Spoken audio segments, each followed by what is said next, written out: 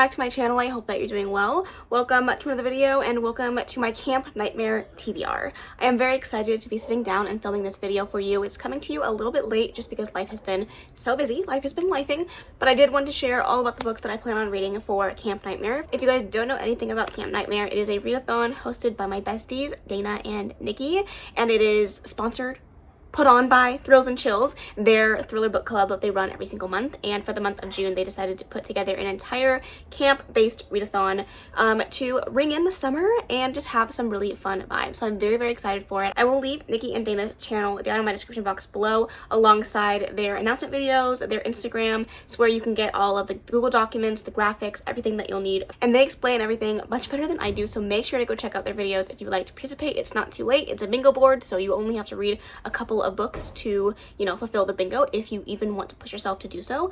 I, however, am going to be trying to read a singular book for every single prompt on the board. So without further ado, let's get into it, because did I need to add many more books to my TBR this month? No, but did I? Absolutely. Okay, I'm gonna put the bingo board up on the screen so hopefully you can see everything that I'm talking about. Also, if you guys hear anything in the background, I apologize. My family is home. Everything's in full swing and it's loud, so I'm so sorry. I'm gonna try to cut out everything as much as I can, but let's get into the prompts. So prompt number 1 is Cabin Buddies, and that is to buddy read a book. And for this, I'm going to be reading Falling Embers by Catherine Cowles. I am buddy reading this one with a friend, so I'm very, very excited that I get to add this one onto the list, because I didn't need to add any more extra books, if you know what I mean. But I am already reading this one this month. It was perfect to slot in. It's the second book in the, I want to say Lost and Found, but that's not right. The Tattered and Torn series by Catherine Cowles. I read book 1 2 years ago now, and I really enjoyed book 1, so I definitely need to continue on with the series. There are also some non-bookish prompts on the board. So the next prompt is Canteen, and that is to drink a summertime bevy. So I don't exactly know what I'm gonna drink just yet, but I will definitely fill the prompt. Sorry, I had to go turn off Moana in the background, so I apologize if the angle changed. But the next prompt is Nature Walk, and that is to read a book with nature on the cover. And for that, I'm going to slot in A Pessimist's Guide to Love by Jennifer Hartman. Again, another book that was already on my TBR for this month that I wanted to read, and it's perfect because it does have flowers on the cover, which are definitely nature, so it works. The next prompt is First Time Campers, and that is to read a YA book. And for this, I'm going to be reading Good Girl, Bad Blood, the second book in the Good Girl's Guide to Murder. A Good Girl's Guide, that's too many G's. A Good Girl's Guide to Murder by Holly Jackson. Is that correct? I don't know. I read the first book last year and enjoyed it. I don't read a lot of thrillers, so reading YA thrillers and mysteries tend to be more my speed because they're easier, they're fast-paced, light, and easy to pick up and read, and so I tend to be more drawn to those ones. So I'm excited to get around to the second book in the series. I've heard good things, so hopefully I enjoy it as much as I did the first. The next prompt is Campfire Stories, and that is to read a book with urban legend involved in the story. And for this, we are picking up The North Wind by Alexandria Warwick. I say we because I am buddy reading this with Karina and Dana, and from what Karina has told me, thankfully she was on top of it with this prompt. It has a Beauty and the Beast retelling aspect to it, so it definitely fits within the urban legend prompt, which is perfect because I was going to add another book to my TBR and I didn't have to, so this is absolutely perfect. I don't really know anything about it. I do know it's a fantasy romance. I've heard good things so far. The cover is stunning and hopefully I enjoy it. And so far with the books I actually own, I'm sensing a vibe here. Lots of blues. Then for Bonfire Night, that is to read a book with red on the cover, and for this I chose Stars Above by Marissa Meyer, the short story collection in the Lunar Chronicles series. As you can see, it does have a red pillow on the front. You can't really see because the library book is bouncing off the light, but it does definitely fit the prompt, and I needed to read this book for this month anyways, so it was a perfect reason for me to put it on the bingo board. I am already currently in the middle of this one. It's one of my first pickups for Camp Nightmare, and I'm very excited to get around to this one because I've been meaning to finish up the series for a long time, so hopefully I enjoy it. Up next, we have Camp Counselor, and that is to read a book with an authority figure, and for that, I'm going to slot in Serpentine Valentine by Gianna Darling.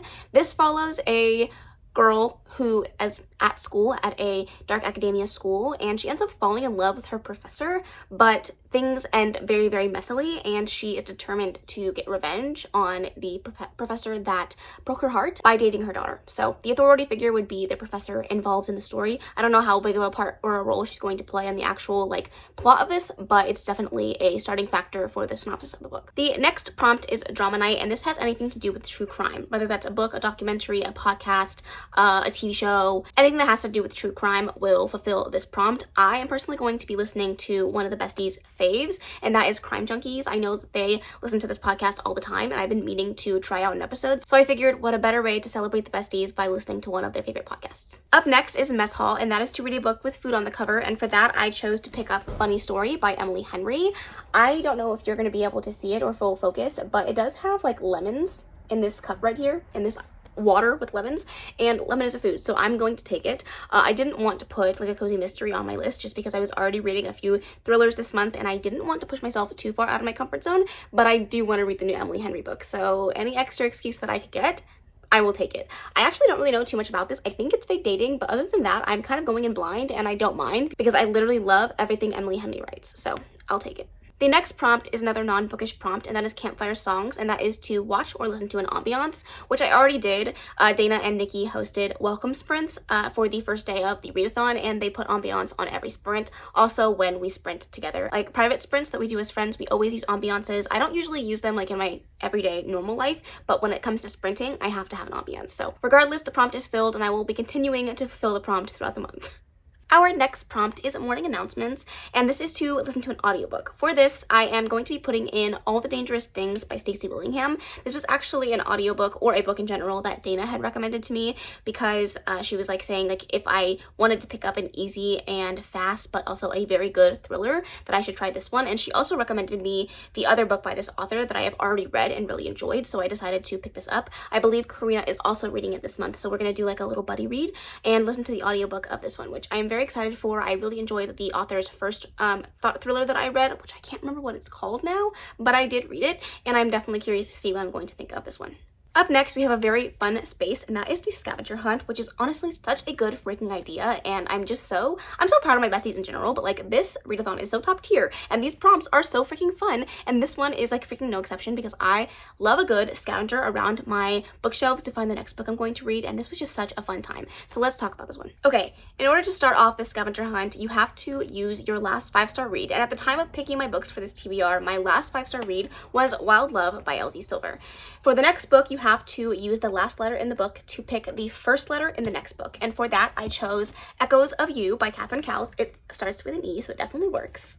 Then to choose your next book, you have to pick a book that is predominantly the same color as the last one, or it has the predominant color of this book on the next book. And for that, I chose Stone Princess. The other one was pink. This one is pink. It totally works. And this is the book that I'm going to use to pick my book that I'm actually going to be reading for this prompt, and that is to use the author's initials and find one of those 2 letters in the author's name in the next book. So AJ is what I have to be going for, and for that I chose Heartstopper Volume 5 by Alice Oseman. Obviously A is in the title with Alice. So this is going to be my read for the scavenger hunt. Again, that was so much fun, and I had so much fun picking a book. I'm just also really glad that it happened to work out for a book that I was already planning on reading for the month of June. And this is a male graphic novel. I feel like everybody and their mother knows about this one, so I'm not going to explain it, but I am excited for Volume 5. Then we have the free space, and it's exactly what it sounds like, a free space. Okay, our next prompt is remote location, and that is to read a book with an isolated setting or like a destination. You're going to a destination.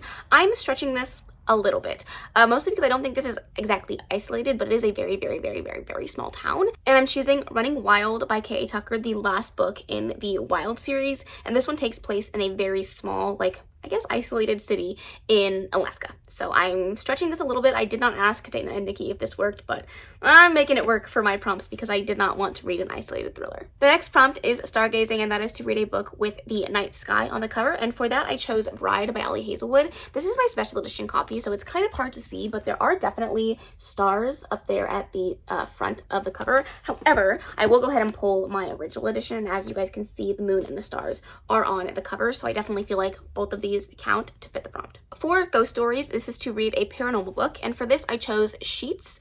I don't remember the author of this one, but this is a graphic novel that includes ghosts, so I felt like it was perfect. It was short, it was easy to add onto my TBR without adding too many pages, and I've heard really good things. I think all of the girls have read this series so far and enjoyed it so far, so I'm hoping that I also really enjoy it. The next prompt is tie-dye, and that is to read a book with your favorite color on the cover. And for me, my favorite color is purple, so I chose The Lost Fisherman by Julie Ann. I feel like the camera is picking this more up as pink, but I can definitely tell you it is for sure purple. It's just like a lighter lilac purple, but also the original cover of this book is also very purple. So I feel like it fits within the confines of this particular prompt. But I am very excited to finally finish up this duology. I've been meaning to finish it up forever now, and I don't know why I haven't done it. It's literally so short, but I just needed to get around to it. The first book was not my favorite, so I've been putting this book off for quite some time, but I'm definitely intrigued to see if I'm going to like this one more than I did the first. Our next book is Cabin Carnival, and that is to read a book with Carney Love. And I was originally going to read No Place to Hide because I know that Dana and Niki really enjoyed this novella. I think it's only 99 pages. However, we are buddy reading Caraval by Stephanie Garber this month, and I did not want to miss out on an opportunity to put this in and not be able to get around to it. So I have had this one on my shelves for a really long time. I don't actually have it with me. It's in storage, but it's one of those books that I have thought about reading for a while and just have never gotten around to picking it up. And it's finally time.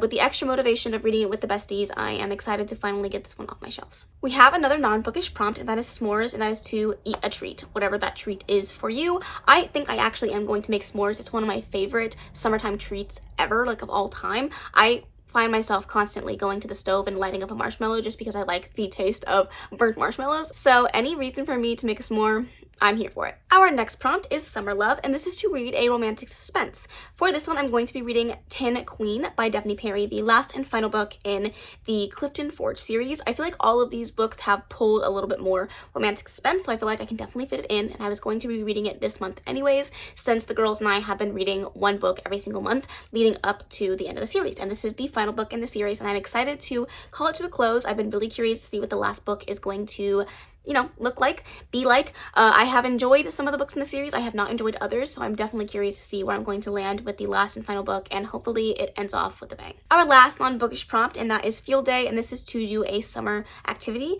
Again, however you take that to mean. I don't exactly know what I'm going to do. We might actually go to the beach next weekend. I'm also taking my son to Silk City, so I feel like those could all fit into summertime experiences. So we shall see what I end up doing, but something will fit for this category. Our next prompt is Relay Race, and for this is to read a book with dual time. And for this, I'm choosing to read Orange Collection 2 by Chika Takano, the last full collection omnibus of the Orange series. I read the first manga, I want to say 2 years ago now. At this point, I can't remember, but it does deal with some time travel and notes from their future selves trying to save a boy who unalives himself, and it is a story following those kids as they try to save this boy in the past to hope that he is in their future.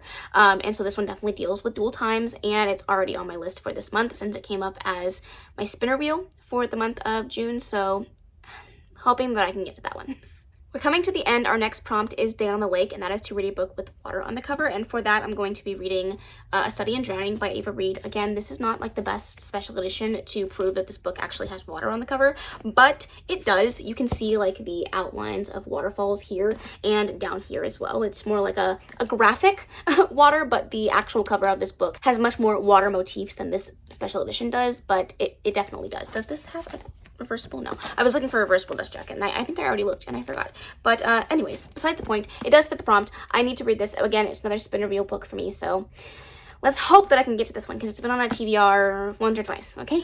Our second to last prompt is Two Truths and a Lie, and that is to read a book with an unreliable narrator. And for this, I'm going to be reading the group book for Thrills and Chills for the month of June, and that is The Last Time I Lied by Riley Sager.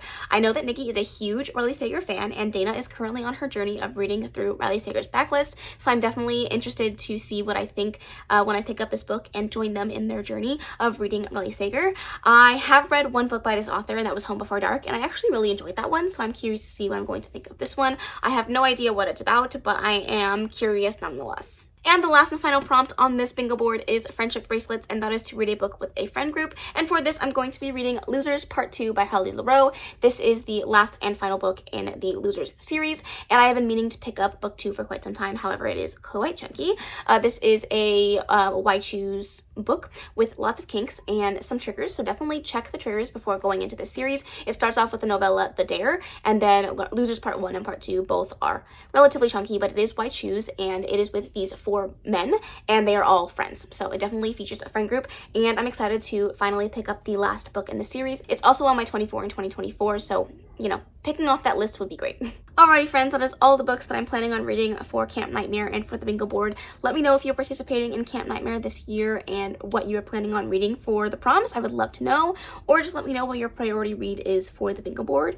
Or if you're just going for a very particular bingo and not doing a blackout like me because I'm crazy, let me know which bingo you're going to go for and which books will fulfill the prompts. I am just so excited to be participating in this month, and I hope that Dana and Niki bring this back every single year because I just love seeing them thrive in their thriller, spooky, ooky space and just doing what they do best. And honestly, I'm just so proud of my besties. They are amazing, they're incredible, and I hope that you guys go and support them and show them all the love. That being said, that is the end of this video. I really hope you enjoyed it. If you made it to the end and you don't know anything else to comment, leave any type of summer campfire emoji that reminds you of Camp Nightmare, whether that's spooky or camp related. I would love to see your emojis in the comments. That is the end of this video though. I really hope that you enjoyed it. If you did, please make sure to give it a big old thumbs up. Don't forget to subscribe before you leave, and of course leave any comments, questions, suggestions in the comment section below, and I will see you in the next video. Bye! Baby, turn it down like a sweet and ready. Go slow, keep it nice and steady. Know that you've been keeping patience.